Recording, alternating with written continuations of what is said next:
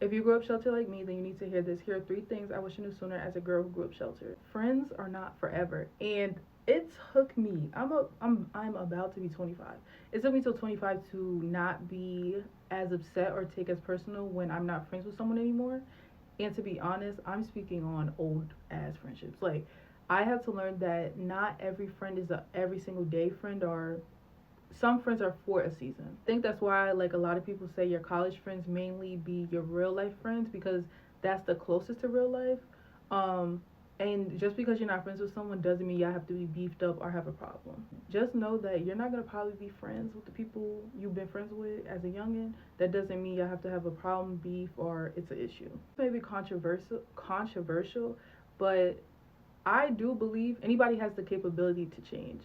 This could go from relationships, parents, friendships, but what I learned and what I had to accept was that it's not going to be on my time, it's going to be on God's timing. And you have to also incorporate that we have free will. So even if someone has the capability to change, who says that they are going to use their free will to change? You could see the potential of somebody, you could say, "Oh, I know they can do it." Yeah, you know they can do it. Do they want to do it? And you don't need to sit around and wait for someone to change. Especially, what if their time to change is going to be when they're 50?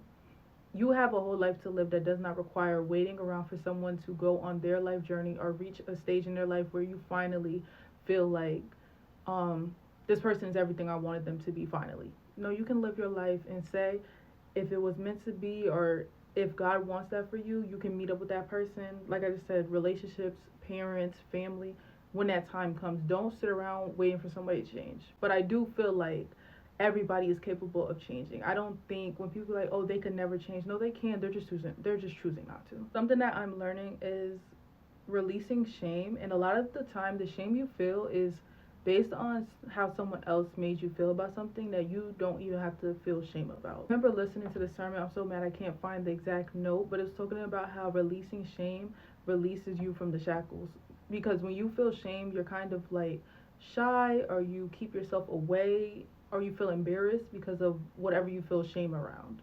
And this is something currently in therapy. I'm working on my therapist. We're going down a list of things like negative self beliefs that I feel. And we were talking about feeling shameful, and we're unpacking that. Because what I'm noticing and what she's trying to explain to me is a lot of the things I feel shameful for, I have no reason to feel shameful for. They're either people's insecurities or projections onto me because of how they felt about themselves, or it's a situation where a lot of people have experienced it, but I'm making myself feel like I'm the only one, and I'm so dumb, so stupid. But it's not the truth. It's life. You learn. And I keep, this is kind of like a fourth mini one, but I keep thinking of my life and the mistakes I made in the past based on what I know now. You have to remember what you did not know you can't fault yourself for. As someone who grew up sheltered, I feel like I feel a lot of shame based on things I truly did not know. People could be like, "Girl, how you didn't know that?" No, if you didn't grow up sheltered, sometimes I don't be wanting to hear your opinion, because if you didn't grow up being hidden from the world or being taught nothing, you don't know how it feels to go out into the world knowing nothing. Okay, this is why I started this series, because at least I'm trying to give y'all some of the things I'm learning as a 24-year-old, just honestly figuring out life by herself.